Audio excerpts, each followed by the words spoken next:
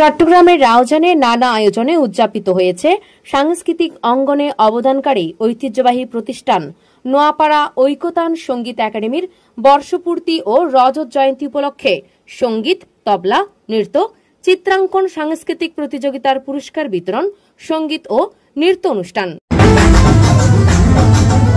এই উপলক্ষে 9 আগস্ট শনিবার বিকেলে নোয়াপাড়া উচ্চ বিদ্যালয় হল রুমে আয়োজিত অনুষ্ঠানে প্রধান অতিথি ছিলেন রাউজান উপজেলা নির্বাহী কর্মকর্তা জিসান বিন মাজেদ। নোয়াপাড়া সঙ্গীত ঐকতান সঙ্গীত একাডেমি, আমি তাদেরকে সাধুবাদ জানাচ্ছি। আমাদের যে প্রতিভাধর বাচ্চারা রয়েছেন তাদেরকে আপনারা শানিত করবেন। আমাদের এই স্কুলগুলো, প্রত্যেকটা স্কুল যাতে আমাদের এই সামাজিক চর্চার কেন্দ্র হয়, আমরা সেই কাজটাই করছি, সেই চেষ্টাই করছি।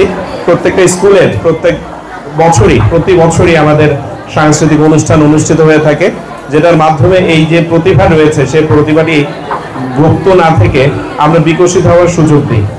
আমরা আশা করছি এই একাডেমিগুলোর মধ্য দিয়ে, স্কুলে তো আসলে প্রতিযোগিতাটা হয় বছরে একদিন, এই একাডেমির মধ্য দিয়ে সারা বছর ব্যাপী এই চর্চাটা চর্চিত হতে থাকবে এবং আমাদের সন্তানদেরকে আমরা মাদক, দুর্নীতি, এই যে আমরা কিশোর গ্যাং অপসংস্কৃতি যেগুলো রয়েছে, মদ, গাঁজা, জুয়া, এগুলো থেকে আমরা দূরে রেখে আমরা সুস্থ সঙ্গীত চর্চার মধ্যে তাদেরকে আমরা এঙ্গেজ রাখতে পারবো, এই আশাবাদ আমি ব্যক্ত করছি। আজকে প্রধান আলোচক ছিলেন চট্টগ্রাম জেলা শিক্ষক সমিতির সিনিয়র সহসভাপতি ও নোয়াপাড়া উচ্চ বিদ্যালয়ের প্রধান শিক্ষক মোহাম্মদ হাবিবুল্লাহ মাস্টার। সঙ্গীত মেনে লালনা, এই যে ভিন্ন পথ পরিক্রমায় সঙ্গীত সাধনা করে আজকে যারা বিজয়ী হয়েছে তাদেরকে আমি অভিনন্দন জানাচ্ছি এবং যারা বিজয়ী হতে পারবে তাদেরকে আগামীতে বিজয়ী হওয়ার সেই কামনা, ভাবনা, বাসনা মনের মধ্যে রেখে অনুশীলন চালিয়ে যাওয়ার জন্য আহ্বান জানাচ্ছি। সেই সাথে এতে সভাপতিত্ব করেন নোয়াপাড়া ঐকতান সঙ্গীত একাডেমির প্রতিষ্ঠাতা পরিচালক প্রকৌশলী রাজেশ মালাকার।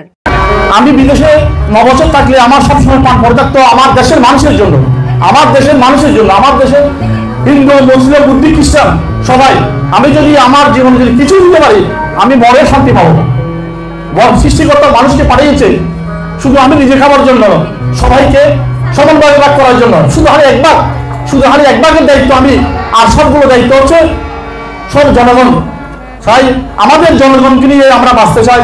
আমাদের আজকের অনুষ্ঠানে আমাদের প্রধান অতিথি, আমাদের প্রাণপ্রিয় রাজনের অভিভাবক, আমাদের আশীর্বাদক ছিলেন চুয়েট স্কুল অ্যান্ড কলেজের অধ্যক্ষ রনু মজুমদার। চাইলে কাউকে শিল্পী করা যায় না, মেরে পিঠে পড়িয়ে ডাক্তার, ইঞ্জিনিয়ার করা যায়, কিন্তু একজন শিল্পী তৈরি করা ভীষণ কষ্টকর। বিশেষ অতিথি ছিলেন মহামণি অ্যাংলো-পালি উচ্চ বিদ্যালয়ের ভারপ্রাপ্ত প্রধান শিক্ষক নাসরিন আক্তার, খান সাহেব উচ্চ বিদ্যালয়ের প্রধান শিক্ষক দীপক মুদসুদ্দি, কাপ্তাই প্রেস ক্লাবের সাধারণ সম্পাদক ও কাপ্তাই শিল্পকলা একাডেমির সাধারণ সম্পাদক ঝুলন দত্ত, কদলপুর স্কুল অ্যান্ড কলেজের সিনিয়র শিক্ষক সুজন দাসের সঞ্চালনায় সংবর্ধিত অতিথি ছিলেন নোয়াপাড়া ঐকতান সঙ্গীত একাডেমির শিক্ষক অচিন্ত কুমার দাস, তবলা প্রশিক্ষক কানুরাম দে, অবসরপ্রাপ্ত প্রধান শিক্ষক ও প্রতিযোগিতার বিচারক এবং সঙ্গীত শিল্পী বাবলিধর, নৃত্য প্রশিক্ষক সূচনা মল্লিক, গিটার প্রশিক্ষক লিটন শীল স্বাগত বক্তব্য রাখেন। নোয়াপাড়া ঐকতান একাডেমির সাধারণ সম্পাদক প্রেমহরি মালাকার। বক্তব্য রাখেন সঙ্গীত শিল্পী সুজন দে, রানা সোহেল, লিটন শীল, তমা চৌধুরী, ঝর্ণা দাস, বর্ষা মল্লিক, সুধীর সেন সহ আরো অনেকেই। পরে বিজয়ী ক্ষুদে শিল্পীদের মাঝে সনদ ও ক্রেস্ট প্রদান করেন অতিথিবৃন্দরা। নোয়াপাড়া সঙ্গীত ঐকতান সঙ্গীত একাডেমি, আমি তাদেরকে সাধুবাদ জানাচ্ছি। আমাদের যে প্রতিভাধর বাচ্চারা রয়েছেন তাদেরকে আপনারা শানিত করবেন। আমাদের এই স্কুলগুলো, প্রত্যেকটা স্কুল যাতে আমাদের এই সামাজিক চর্চার কেন্দ্র হয়, আমরা সেই কাজটাই করছি, সেই চেষ্টাই করছি। প্রত্যেকটা স্কুলের প্রতি বছরই আমাদের সাংস্কৃতিক অনুষ্ঠান অনুষ্ঠিত হয়ে থাকে, যেটার মাধ্যমে এই যে প্রতিভা রয়েছে সেই প্রতিভাটি গুপ্ত না থেকে আমরা বিকশিত হওয়ার সুযোগ দিই।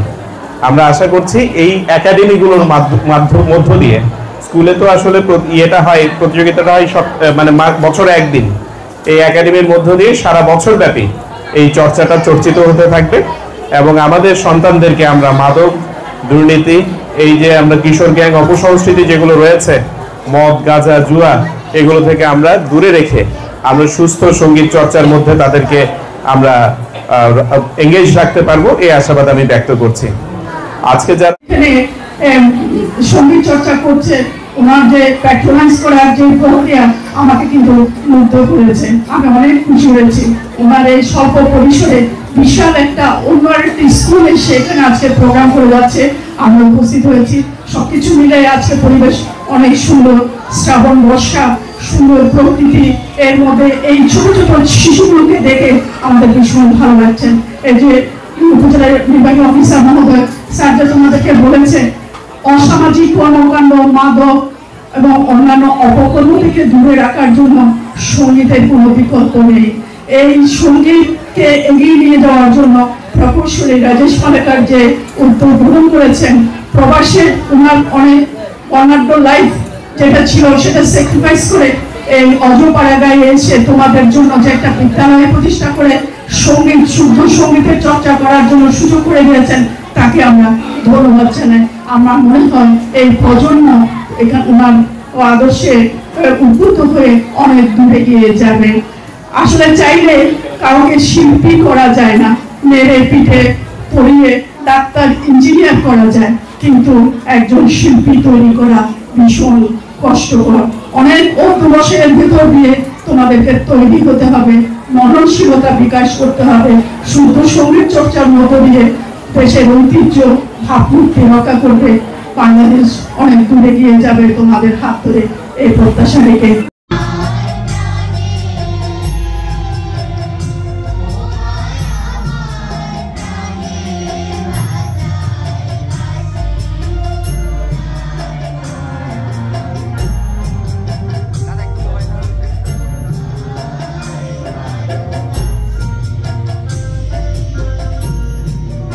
বছর পরে পেয়ে আমি ধন্য মনে করছি। আমি যখন বিদেশে পড়াশোনা করতাম, একবার আমি সেমিস্টার ব্রেকে বাংলাদেশে আসছিলাম।